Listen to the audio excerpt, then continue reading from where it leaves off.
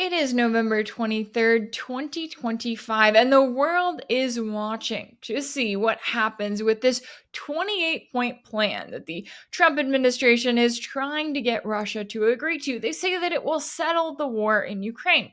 Some points sound like they came from Russia, like Russia would agree to them. Some points sound like ones Russia would never agree to, should never agree to, and that they were written by Marco Rubio. But what does all of this tell us about the current situation? And is the US really ready to be done with this war?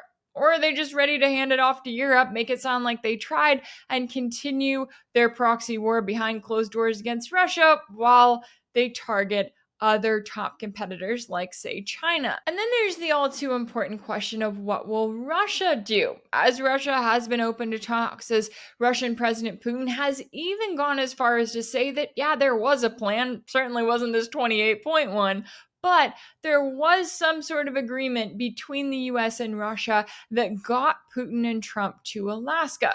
Now he's saying that these 28 points could be the foundation for an eventual peace agreement.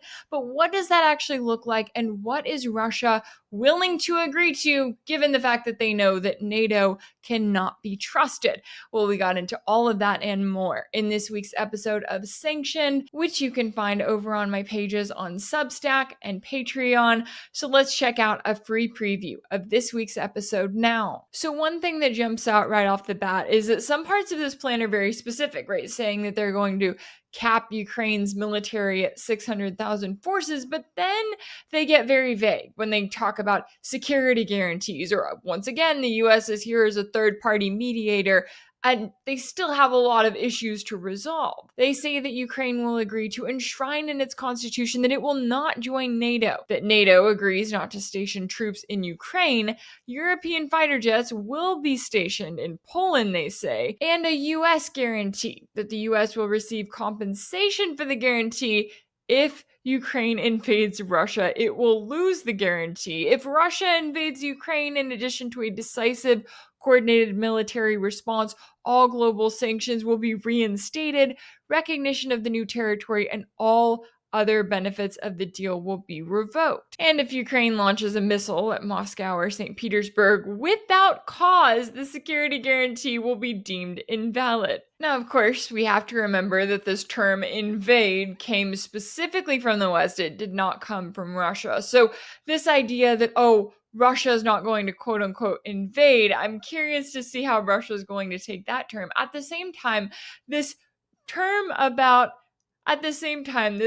about Kiev not launching a missile at Moscow or St. Petersburg, who makes it possible for them to do it? The West, the US, the UK, specifically really the US here, but that is really the US saying that they won't carry out a direct attack targeting what they view as Russian territory. They also say Ukraine is eligible for EU membership, that there will be a powerful global package of measures to rebuild Ukraine, which will include the Ukraine Development Fund, that Russia will be reintegrated into the global economy, and the lifting of sanctions will be discussed and agreed upon in stages and on a case-by-case basis. So they're not even fully telling Russia we'll lift all of the sanctions. They're like, oh yeah, we'll lift some of the sanctions. That's not a term that Russia should agree to. Russia needs to fight for every single sanction to be lifted, because otherwise, if they don't, and it's just a case-by-case basis, NATO's just going to keep dragging this out longer and longer and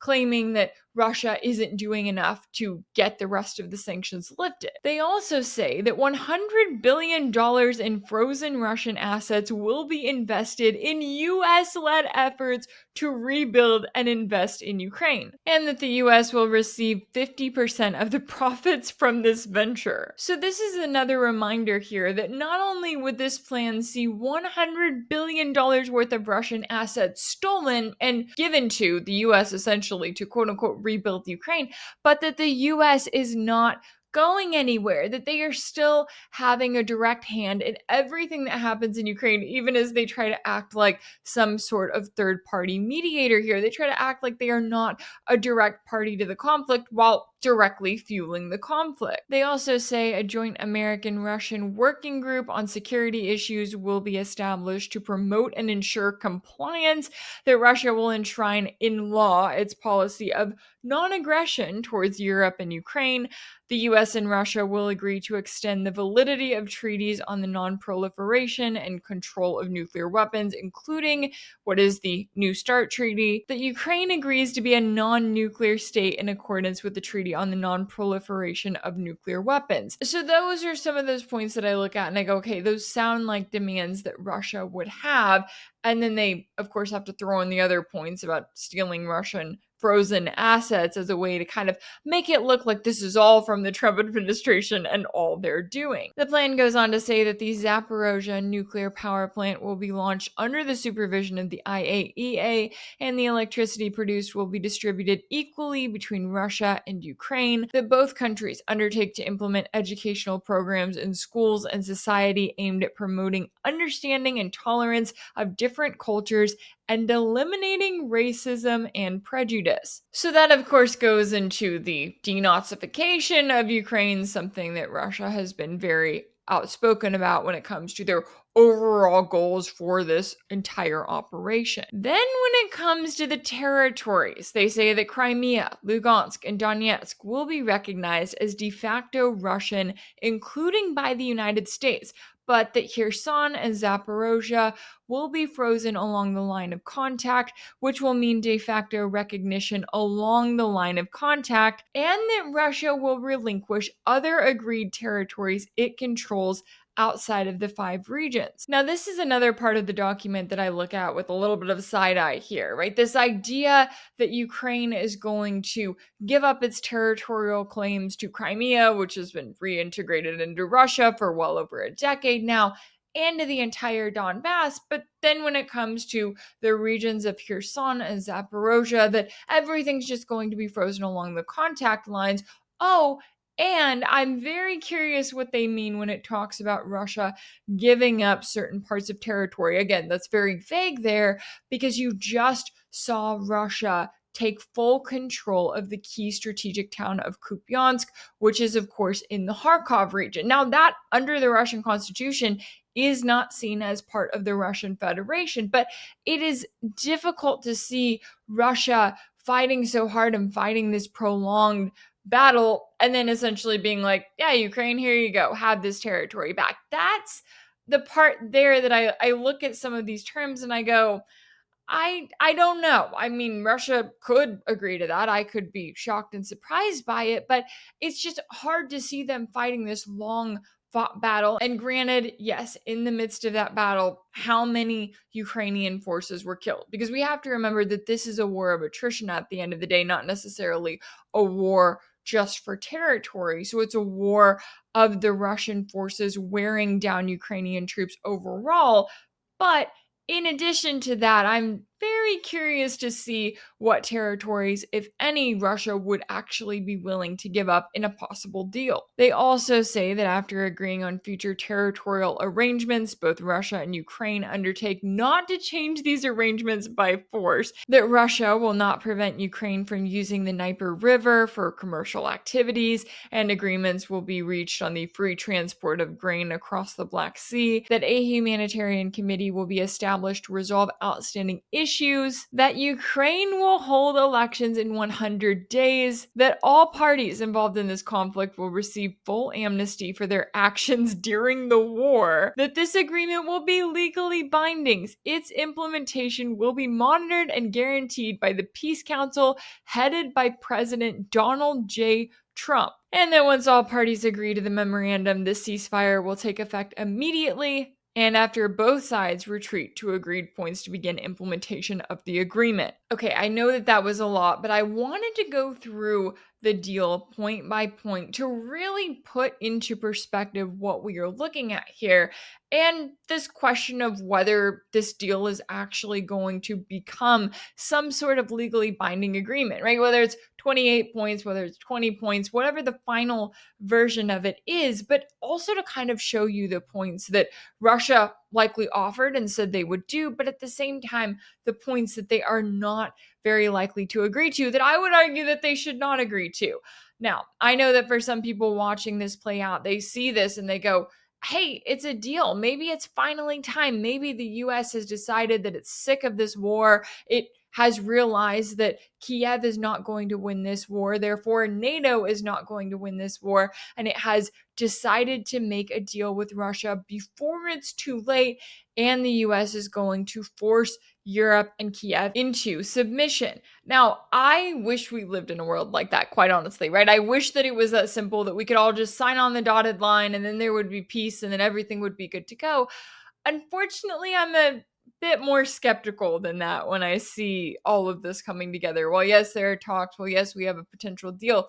They can sign that deal, but I do not have full confidence that NATO is actually going to follow it, that they are actually going to be honest brokers for once in their life suddenly just because they're losing this current proxy war against Russia. And yes, I say that even as Vice President J.D. Vance even said on X this week that there is a fantasy that if we just have more money, more weapons, or more sanctions, victory is at hand. Peace won't be made by failed diplomats or politicians living in a fantasy land. It might be made by smart people living in the real world. Now, of course, we know that when it comes to people believing in that fantasy, there's several of them in the current Trump administration who just think that we have to put more pressure on Russia. But what has really stood out to me about the discourse that we've seen over the last few days has been this apparent break between Trump over here and Europe and Zelensky over here. After all, British Prime Minister Keir Starmer, French President Emmanuel Macron, and German Chancellor Friedrich Merz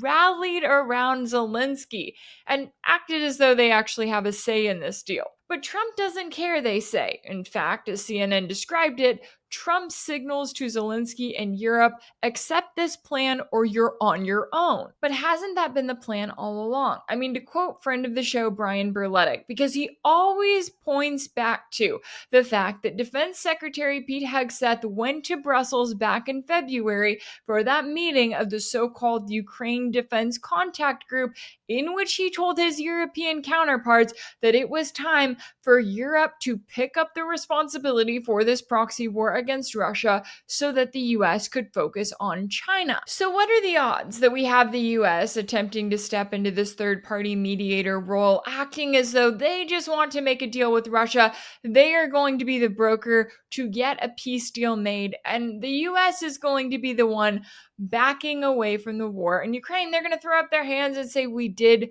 what we could. Meanwhile, Europe is in a position, and the US has put them in this position to continue this proxy war, to continue their support of Ukraine. Meanwhile, what's the US doing?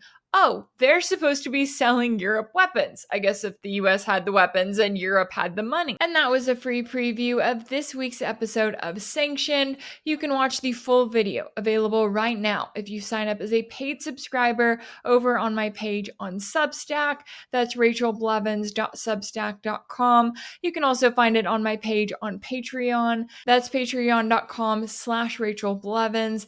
As always, thank you all so much for all of your support, and I'll see you next time.